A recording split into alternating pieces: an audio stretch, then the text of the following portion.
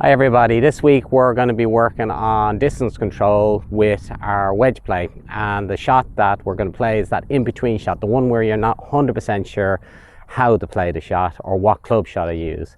So it's not a full shot, it's an in-between shot.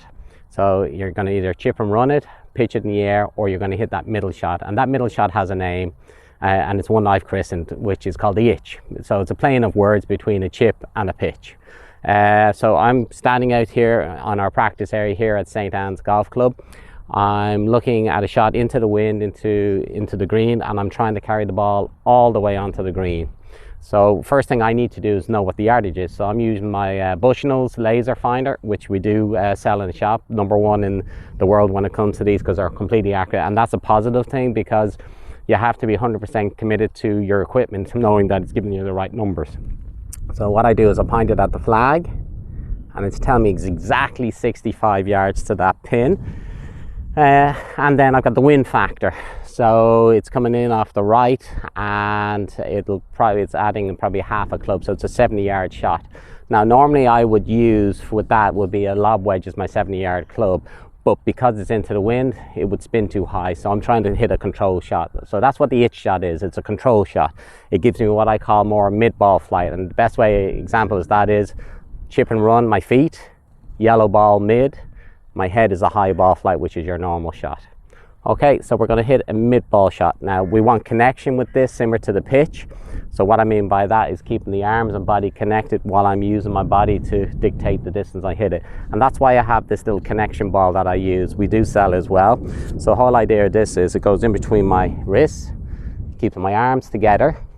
So when I start moving my body, my arms don't separate. It doesn't become this, see that?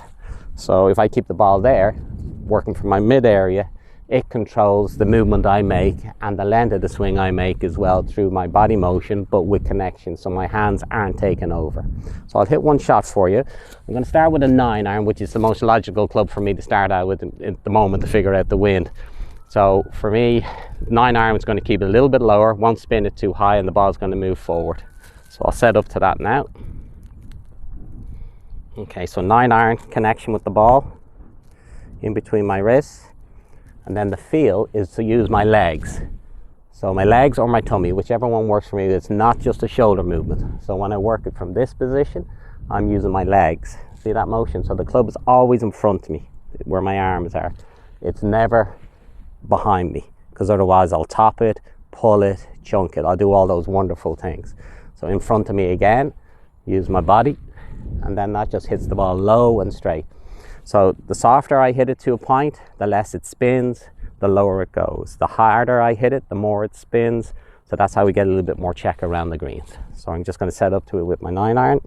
I'm going to use the full length of the club, a little bit narrower stance, chest in line with the ball, which will give you a feeling of being on my left side. And then from there, just a lovely light swing. So it goes forward. Okay, like that. And finishes out. So just landed on the front edge and just release. Got a little bit of ground, but not much. Now, didn't mind that flight, but for me then the next club I'm going to use my 50 degrees, same sort of distance. This time I'll do with the ball again. Keeps the arms connected, very light grip. Just get it there, sorry. Like so. And just everything working together. That's it. And the ball does pop out after I've hit it. That's it. Okay, so it goes a little bit higher. Now I'm going to try it without the ball. So it's just giving me the feeling of that connection. Now when you do put the ball, like I had a bit there, I was holding it a little bit tight between my arms. So a little bit lighter. Just use the body. I'm trying to catch it a little bit cleaner than what I was doing. So set up to it again. Into the wind. Ball just right of center. Let my legs dictate the speed for the distance. And then it just pops up. But it's going forward, not spinning up. So that's getting me a little bit more to the back of the green. So I'm going to try my 54. Do exactly the same thing. Sand wedge is my 54. This has a bit more bounce in it, and it's actually a better club for if you can use a club with more bounce, because the less chance of you chunking the ball as well. So 54 should just glide through a lot easier through the ball. Just get a feel for my pace again, balance, connection with my arms and hands, the itch shot, and release. There you go, a lot cleaner hit, and actually quite a low ball flight. So that was perfect. I loved that one. Now, my lob wedge, which I know is not enough, but it's a shot you would have to play as well, and in between. So we know this is 70, so I'm going to play this as a 40-yard shot, so it should be short of the green, doing the same thing. It'll pop up a little bit, but will have a huge amount of spin on it. So I'll set up to it again.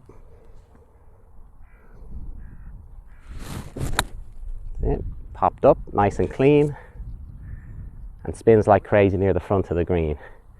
Okay, so I'll try the 9-iron again without the yellow ball, which I know stays very low, so this would be a nice one to land on the front of the green and let it release up.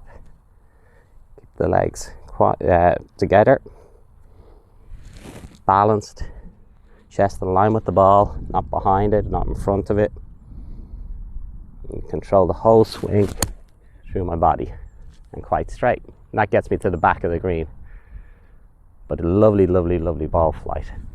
So, recap, sternum in line with the ball, narrow stance, arms connected, and you're keeping the club always in front of you, never behind, never disconnected. And that's what my yellow ball does. Know your distances as well with the Bushnell. The laser finder, they're the best. As I said, we do stock them, even the one with the pin seeker, because it vibrates when you're trying to pick your target or the flag. So they're really, really important. Okay, so light grip. Remember, the harder I hit it, the more it spins up in the air. So this was the itch shot. I'm William Noble. I'm the PGA professional at St. Anne's Golf Club, and we'll see you soon. Thank you again. Bye.